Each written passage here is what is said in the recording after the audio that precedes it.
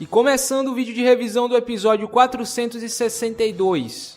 E de cara, eu já digo que essa aqui não será uma revisão feliz. Esse episódio se contradiz com várias coisas estabelecidas pelo mangá e pelo Databook 4. E para início de conversa, o Hagoromo termina o seu treinamento e se prepara para enfrentar a Kaguya. Mas antes, o Gamamaru dá um amuleto feito por seus ancestrais, infundido com Senriki, que pode curar qualquer ferimento. Agora vem uma parte muito interessante e um tanto controversa, né? Quando o Hagoromo confronta a Kaguya e pergunta os motivos dela fazer o ritual do Shinju, ela explica que é para criar um exército, que ela veio de um lugar muito distante e que os outros, entre aspas, viriam buscá-la. Pessoas que só entendem o poder. Nesse momento nos são mostradas 3 silhuetas. 2 delas são claramente do Kinshiki Momoshiki e uma delas é de uma figura misteriosa. Mas quem seria essa figura misteriosa? De duas, uma. Ou será algum inimigo filler para algum arco que acontece entre 699 e 700, o que eu acho bem provável.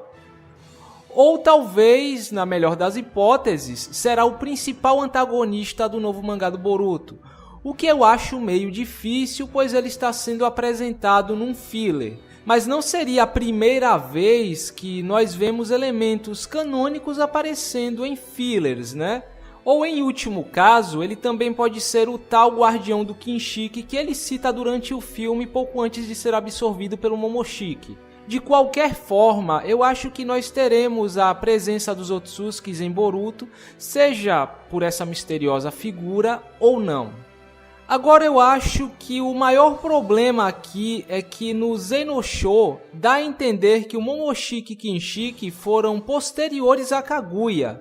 Eles começaram a procurar os segredos da imortalidade depois que a Kaguya morreu. O Sasuke apenas supõe que eles seriam os inimigos que o pergaminho da Kaguya estava citando.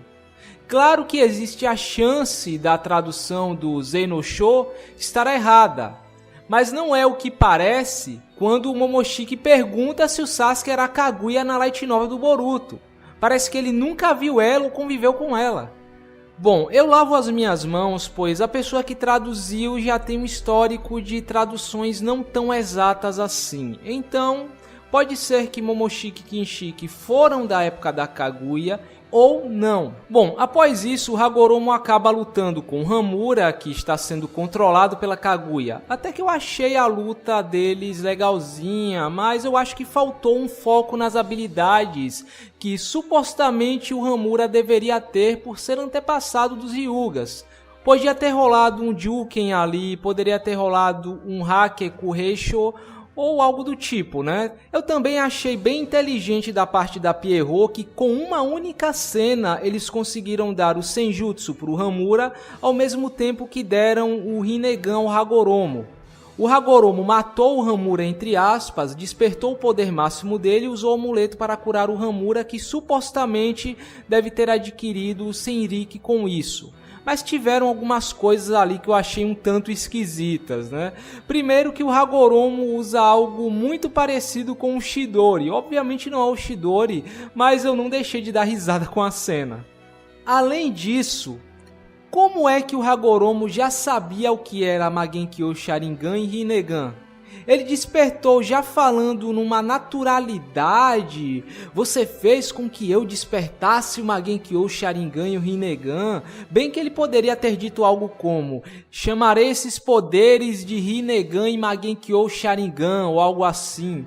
Também tem a possibilidade da Kaguya ter contado para ele como é que o olho dela funciona, quais são as formas dos poderes dela, que ela chamou aqueles poderes de Magenkyo Sharingan e Rinnegan. Não sei, de qualquer forma, tanto faz.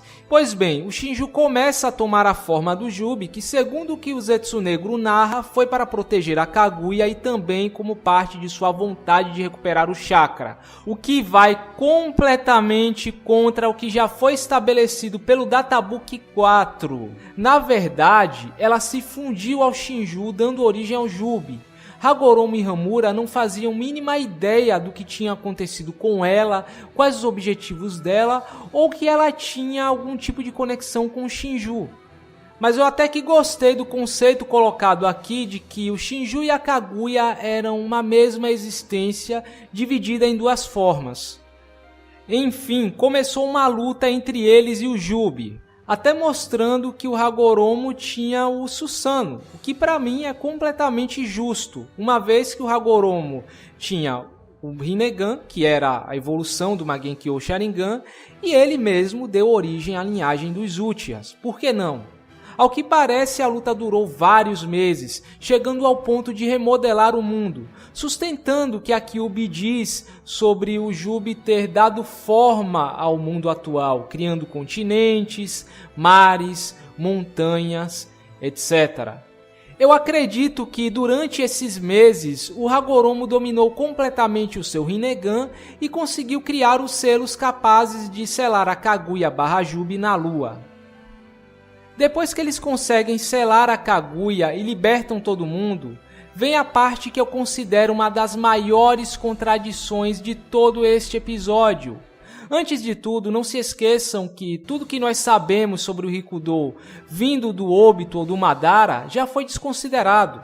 Toda aquela informação veio do monumento dos Uchihas modificado pelo Zetsu Negro. A verdadeira versão dos fatos é dita pelo Hagoromo ou informações do Databook 4. Eu só quero entender uma coisa. Nesse episódio, o Hagoromo diz que dividiu o Jubi em 9 almas, as bijus, beleza.